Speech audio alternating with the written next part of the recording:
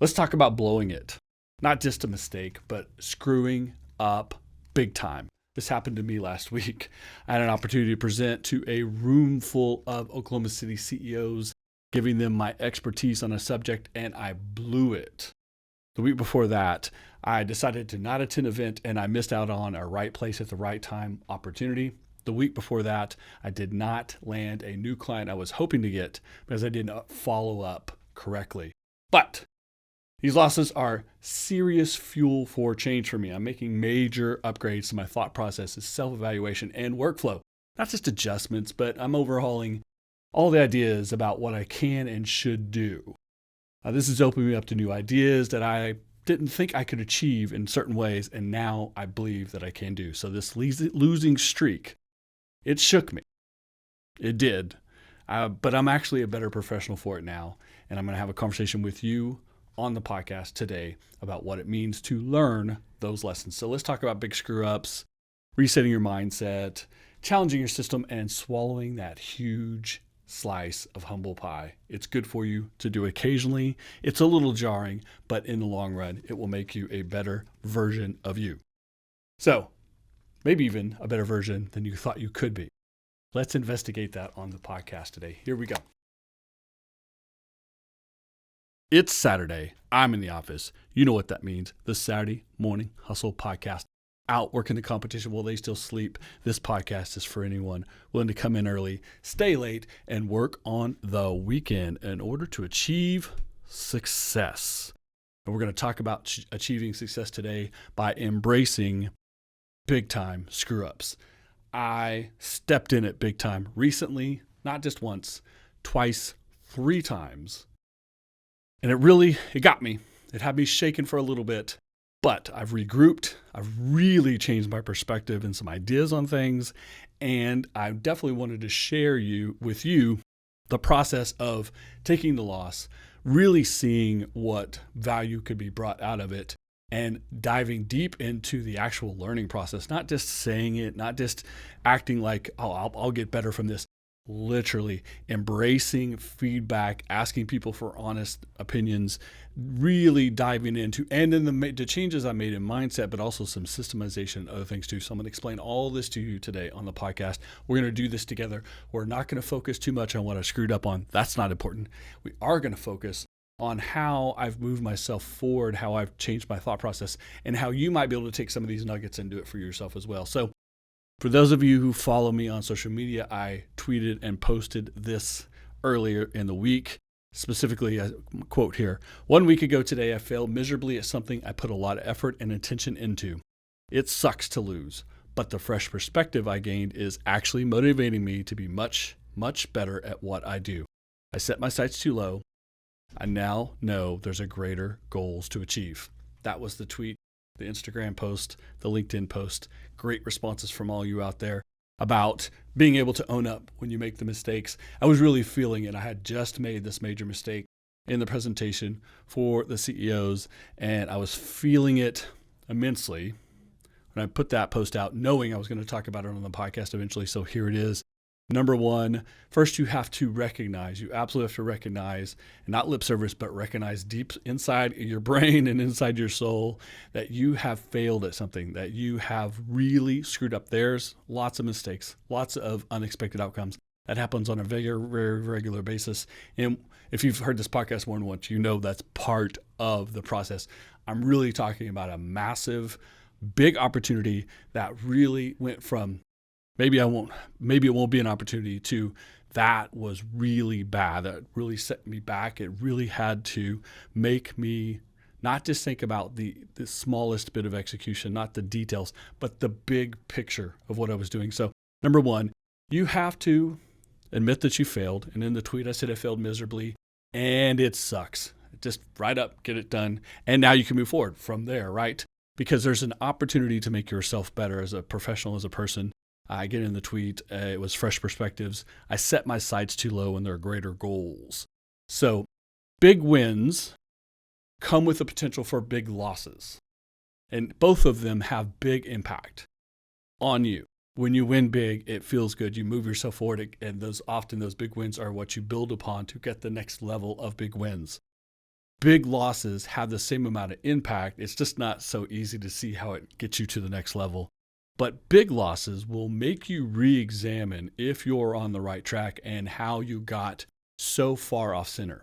When you have small setbacks, when you have some unexpected outcomes, sometimes you're trying to figure out how you got from point A to point C, where point B in the middle got you off the path. And sometimes it's a veering and sometimes it's minor. Sometimes you don't take it seriously enough to actually make major change. You literally say to yourself, it'll be okay. That's fine. I won't do that again. I'll make sure not to do that again. When you're shooting from A to C and you stop at B, which is nowhere near getting where you want it to be, and you really don't know how you got there, it really forces you to examine your process. So that's super important. That's what we're going to do today. So again, I had a 3-hour presentation for a group of CEOs. This was my opportunity to talk about my expertise and talk about my approach to business, and to teach them something and be beneficial for them was the point of having me as their speaker. The reason I did the presentation, the reason that I was willing to give 3 hours of my time and expertise was so that I could create business relationships and demonstrate to these people who might want to hire my business, the Golden Group, as their consulting firm. Instead, I screwed that up. In fact, I think everyone in that room thought I was kind of a dumbass because I made some serious mistakes in my approach to the whole presentation. Number one is I over-prepared. That sounds like not a problem. I over-prepared the wrong content for the audience. I was more focused on the fact I had a 3-hour presentation, on the fact that I needed to lead a group through 3 hours of content. That was my first mistake. Number two, I changed my philosophy about how I do my presentations. I actually used some outside reference material, and I changed a lot of my standard approach. So that was the second part. And then number three was I wasn't thinking about the audience correctly. I was thinking about how I often talk about strategic planning, business development, etc. And I'm often in a room of general people who aren't necessarily the highest level business experts. And so I explain a lot of concepts, definitions, all kinds of process from point A to point Z and everything in between. And I thought in a 3-hour presentation I was going to need all that content. But what I forgot is that the first rule of communicating is to know who you're talking to, what it is they need and want to hear from you, and the value that you can create in that process.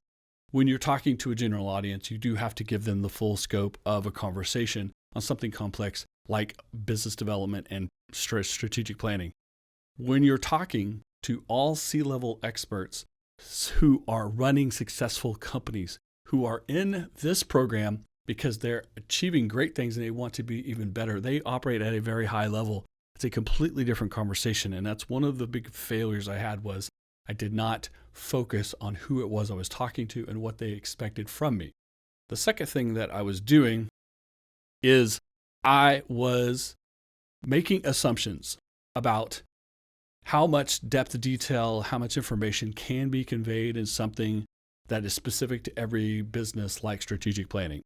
About the fact that it seems like you can't really create examples because I can't give examples from my clients, the work we do for them, because that's detailed information that's private to them and I can't release that to the world. And then creating generic examples always felt like me didn't make sense because there's so many variables in strategic planning process that you're likely to do something that doesn't make sense. But that assumption is what screwed me up. Actually, if I'd created examples, I could have given a much clearer definition, a much clearer picture, a better presentation. What happened was in our Q&A process, once the presentation broke down, and there's nothing more stressful than being 30 minutes into a 3-hour presentation and realizing that you have not prepared anything correctly and that you're on the wrong path.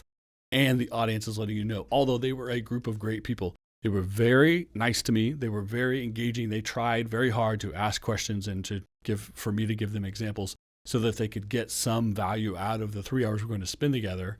But once it was all done, I wasn't prepared correctly and I did not present for them what they needed, even though they did a great job of trying to engage me during Q&A.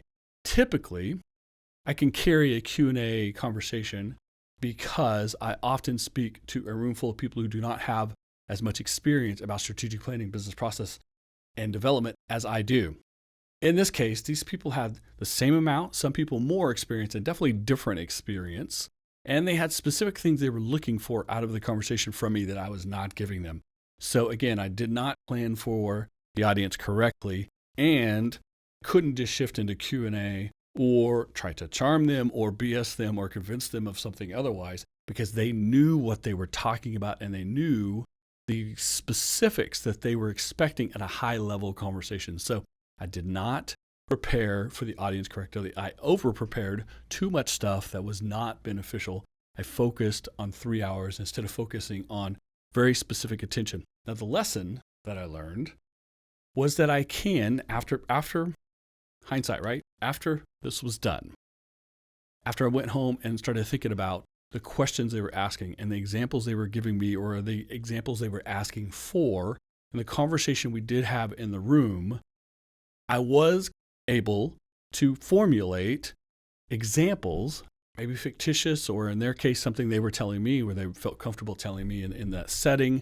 But I could formulate examples and go to the depths necessary that I do with my clients when we're in a private conversation about what their strategy should be for their business, that could have been beneficial to everyone in the room. So it would have been specific to the example, but I would have given so much detail that everyone would have understood the process better. I focused on the outline of the process and not specifically on what it was they needed to know within that, because they understood the outline of the process because they were running successful businesses. So this is how I screwed up, was trying to change it on the fly, was trying to engage as much Q&A as possible. But even then I wasn't prepared in order to give them the depth that they needed because they were experts. So I over-prepared in all of the wrong ways.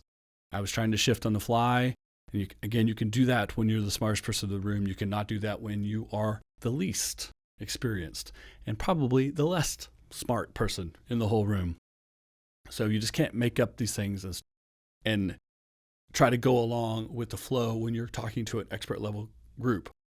But you also can't stay in the mode of only presenting in rooms where you are the smartest person. This is a fallacy of mine. It's something I've not challenged myself to get out of my own comfort zone.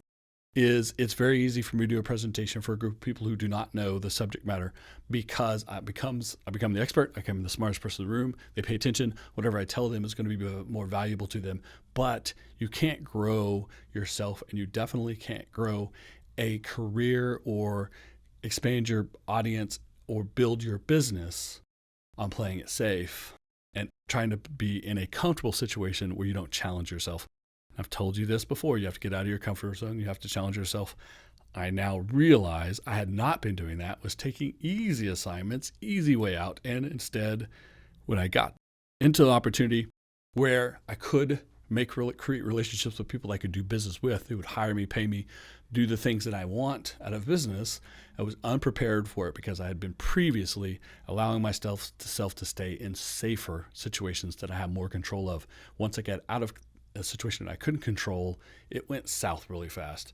Now, again, I'm embracing this mistake. I'm asking people in the room for feedback. I'm asking the person who invited me to speak for honest feedback as well. And I'm listening to them before I ever tell them the interpretation I have of the day, because I want to learn these lessons. So this has made me understand that I can present at this level that I thought previously wasn't attainable, because there are audiences that are ready for it. So I have broken down my assumptions, and it's made me now think about the depth that I go through when working with a client and how I can translate that into a conversation in a room like this, which then also means I could translate that depth into a written presentation, into a video presentation, into a course, maybe a series of podcasts or a book or something of that nature. Because there's so much more depth, there's so much more detail, and there's so much more ability for the audience to assume the audience can follow along than I previously thought. So I am rethinking my entire process of how I do presentations like this, but also how I speak to potential clients and how I try to ingrain our expertise and the services we provide as a company with explanations at expert levels, so that we can present ourselves as the experts we are, and not just simply people who know something about the subject. So again, challenging myself to be better in my role with the company, pushing the company forward, trying to reach different higher levels of success, because this one failure, as uncomfortable as it was, as hard as it was to take in that moment and for the week after, and the eventual feedback that I'm asking for from the people involved, it's going to sting a little bit, but it's not going to sting that much because I know what they're telling me is true. I know whatever they tell me, whatever things that I thought was a failing is true. And I know through this conversation here, I can tell you that what they tell me, the direction I'm giving and the information I can glean from that can lead me to being not just better, not just good, but really great at the specifics that they were looking for to begin with, which then puts me at a higher level of potential conversation. So I'm taking the big L, I'm taking the big setback, I'm taking the fact that I wasn't able to control the conversation on the fly, and kind of lumping it all together in what I'm calling growing pains. Getting outside my comfort zone, forcing myself to be better, forcing myself to really operate at a much higher level, and creating new expectations for myself, setting new goals for myself, setting new goals for the business that creates a potential for opportunity. So you can look at it as a setback, or you can look at it as the fuel, the potential for the future. I literally have different and better ways of thinking about how conversations go with this audience, which are the target audience for my business, and the potential for me to create business relationships with them moving forward. So I'm in a much better position. I'm much more likely to have better CEO conversations, potential target conversations, potential audience conversations, higher levels of opportunities to do presentations to groups of experts, not just general business owners, but top end professionals, and then learn from them as well, being part of a two-way conversation of something that is bigger and different than what I was thinking previously. Then how do I turn that else into something else that has a value, whether it's I sell something directly or use it in order to gain business for my company. So the long way around is I had an expectation that I didn't think was going to work out. I thought it was going to work out, and it didn't. And that jarred me enough, it shook me enough, it rattled me enough, it made me question enough in order to re-examine how I go about such a thing and re-examine what the possibilities can be. So I'm really taking this very negative 3 hours and the fall-off that comes from it and the week or two after that, and really trying to apply it into something I can move forward with without falling into the trap of imposter syndrome. Now, you guys know imposter syndrome, right? And I spoke a little bit about this on the last episode of the Balance series, the bonus podcast content from the Saturday Morning Hustle that's released on the last Monday of each month. The last one that was released this week, because it's the last week of the month, was all about imposter syndrome in a variety of ways. I touched on this subject matter, and in this case, having a presentation go this poorly, really having a biggest loss that I've had in a very long time, can put you into an imposter syndrome mode. Feel like you should have never been there in the first place. You have never tried to accept that opportunity. Should have never taken on that challenge. That would be imposter syndrome. I recognize it as imposter syndrome, and I'm not going to fall into that trap. I'm going to avoid imposter syndrome for sure. Imposter syndrome happens right on the spot. When I was in the room, I realized that the people involved were not getting what they wanted out of the conversation. And then, of course, the next day, I felt bad about it. I started receiving feedback. I felt bad again. The next week, still feeling like I really screwed up. Should I or should I not do these things? The answer is yes, I should, because I do understand what it was they were looking for. I just didn't have it at the time. I now have the answers to their questions they were asking. I just didn't have it at the time. It's not that I'm not capable. I just wasn't prepared for it correctly. So I'm not being an imposter, and I'm not letting imposter syndrome slow me down at all. So with that, think about 3-hour presentation that felt really bad. Then, within a week of that, I had another missed opportunity. I was planning on attending an event, and there was someone there I was hoping to meet. I thought if I met with him, have a conversation with him, I might be in a potential to follow an opportunity. I ended up not attending that event. that person that I was trying to get a hold of was there, and they did connect with someone else, and now they've moved in that direction. So I missed another opportunity. Self-inflicted, a failing on my part.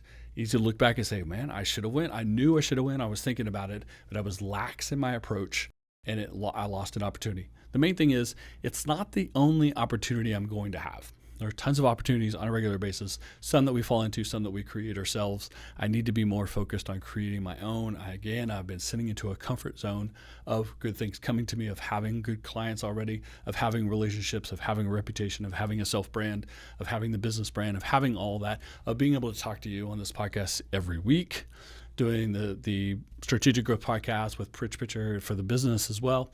I have all of that moving, and so I can easily assume, and you know what happens when we assume, makes an ass of you and me, that I didn't need to do at that amount of networking, that amount of personal marketing, and I've been proven that that is wrong.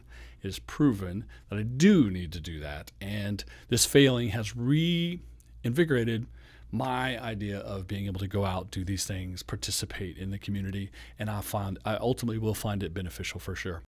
So I missed a positive potential opportunity. It won't be the only opportunity, and there's no guarantee that I would have got it if I'd gone anyways, but I definitely see my fallacy in not pursuing it, and so I'm making sure that I don't make that same mistake again. I also, the week before that, actually lost a great potential client. I was looking forward to working with this person, with their business.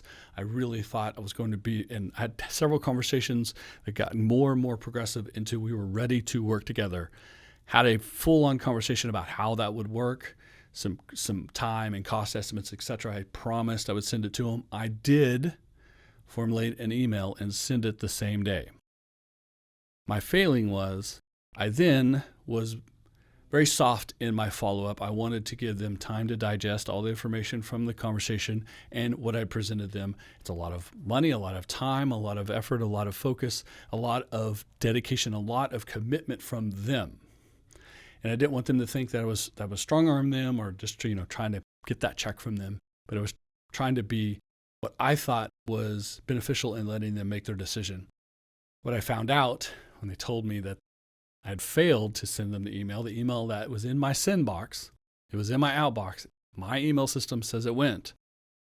The two people it was supposed to go to claim they never got it.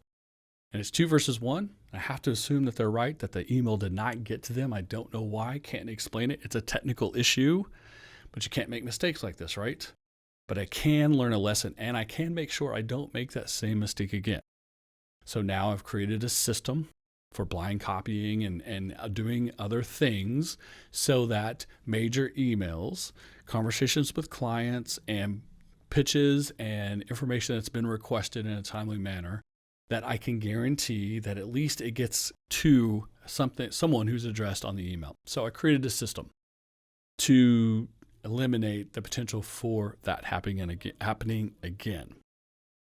But I also thought about the fact that I, again, made some assumptions about what the client wanted, what the client needed, and it was more about me and less about them.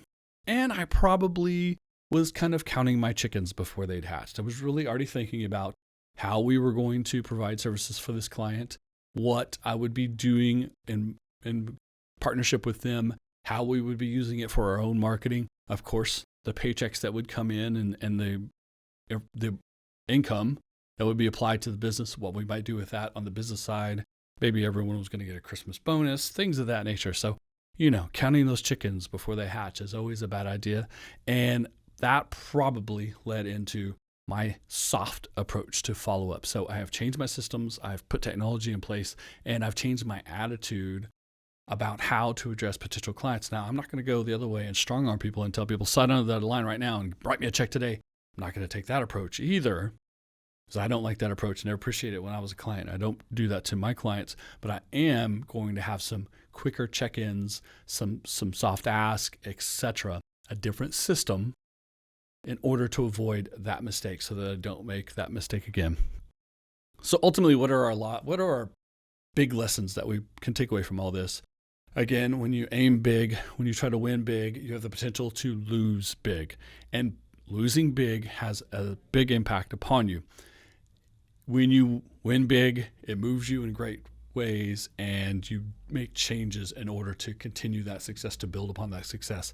When you lose big, you have to do the same thing. You have to take a big look at yourself, make big changes, really follow what you learn from the process. Small things are adjustments or can be chalked up to situational, but big things in the direction that you're trying to go, the thing that would, if you'd won it, if you'd succeeded, would have moved you in a great way, you really have to understand how you didn't. And I do mostly understand that. I'm going to continue to get more feedback from the people that were disappointed in my presentation, from the client that I didn't get, etc., in order to make sure that you don't make that same mistake again, that you put yourself in a much better position next time. There's no guarantee you're going to get success the next time. There's no guarantee you're going to knock that presentation out of the park, that you're going to get that client, that you're going to be in the right place at the right time. But the likelihood goes up, and the potential to capitalize on it goes up if you learn to not make the same mistakes over and over again. So aim big, win big, lose big, has big impact. It's only a failure if you stop or you fail to learn lessons. So I've said that on this podcast many times before, right? It's only a failure if it makes you completely stop. If I were to tell you I was never doing a public presentation again because of how bad this failure was, that would be exactly that, a failure. Not a bad outcome, not a setback, not just a bad day. And if you don't learn your lessons, you're doomed to repeat them, and that in and of itself was failure, because you'll repeat the mistakes until you fail, until you quit. So you're putting yourself on a path to failure. So learn those lessons and don't let it stop you, as long as it is something you should be doing, and you have to resist imposter syndrome in that case to really break down the big points into the finer points and to find the things that you do have control over, that you are an expert at, that you can bring to value to the conversation, and then build upon that in order to dispel imposter syndrome in your own head. Always try to walk away better from any situation, but the big losses you need to big time in order to kind of get over that sting, that pain in your chest, and that pit of your gut that says, man, I really screwed this up. The only way that you can accept that is to walk away better and challenge yourself to be better prepared, to have more expertise, to have the value that was needed that you didn't previously. Whatever it was that caused you to fail, or to have the setback or the unexpected outcome, or just simply to blow the opportunity, make sure you correct those things, and then challenge yourself to not just get to that next level, but past it, because of the lessons. When it's a big fail, there's big lessons. Take those lessons and move to the next level. So don't go back to normal. Don't go back to status quo. Don't go back to where you were. Don't go back to, I'll try this again and be a little bit better. I'm going back again to master it and move forward in a bigger, better way. Challenge yourself in that way. And then, of course, be open-minded. Accept your losses. Take your medicine and get better. This is why they tell you that they use the phrase, take your medicine. When you take your medicine, when you're ill, it makes you feel better. Take your medicine. Admit your mistakes. Admit your failing. Embrace the changes necessary, and you'll feel better about yourself and your approach. And the next time you attempt it, you'll feel like you're in a better position, and you're better prepared, and you're better aware of what's necessary to be successful. So own up. Accept those losses, take that medicine, take that lump, accept the feedback, negative and positive. We all love positive feedback, but you need the negative feedback. They call it constructive criticism for a reason. Embrace it. Let it be constructive. Let it inform you. Let it benefit you. Let it raise you to higher levels, not just to where you're trying to go, but above that and beyond that. Raise those goals. Continue further. So when you say, man, I feel like a loser, think about how you're going to make that into feeling like a winner. And ultimately, stay undefeated. I got the Defining Moments podcast t-shirt on today. They're the undefeated.show if you want to find them online. I did an interview with them recently that was really awesome. We talked more about background. We didn't have any of this big loss conversation, but they're big proponents of thinking big, of winning big, of taking your small losses and moving forward, of staying undefeated. That's what I'm doing as well. So I have been sharing with you for the last half hour how I had big mistakes, I'm not a mistake. I'm not a screw up, and I'm not a loser. I'm just someone who made some mistakes. But I've learned some lessons. I'm challenging myself, and I'm not going to make those same mistakes again in the future. I can guarantee you that. Thanks for listening. Make sure you subscribe. Leave a comment. Leave a review. Appreciate some reviews. It would help a lot. Share this with a friend. Maybe they're winning. Maybe they're losing. Maybe they had a setback. Tell them that they can embrace those things and make themselves better moving forward. You can get some DM Podcast swag at undefeated.show. Find them online. You can get the Saturday Morning Hustle, Coffee and Donuts, and Entrepreneur AF swag at SaturdayMorningHustle.com. Make sure you follow and engage on social media as well. Twitter, Instagram, LinkedIn, and the Facebook fan page, the podcast page on Facebook as well. Don't miss an episode of the Saturday Morning Hustle every Saturday, and the bonus content, I mentioned it earlier, the Balance Series bonus content of the Saturday Morning Hustle. Just released a new episode all about Imposter Syndrome, how to balance, feeling like an imposter, feeling like you're an expert, somewhere in between. How do you keep these things balanced so that you don't miss out on opportunities because you're not engaging and not presenting yourself as an arrogant fool because you are being too confident, overconfident. So how do you balance these things and avoid imposter syndrome? There is a full 30-minute conversation on the channel right now. So however you found this podcast, go back to the episode before that, and that is the Balance Series for September 2022. Appreciate you guys so much tuning in each and every week. I will see you again next week. Hopefully not talking about losing. We'll be talking about winning. See you then. Saturday morning hustle. Saturday morning hustle. Saturday morning hustle. Wake up and keep chasing your dreams.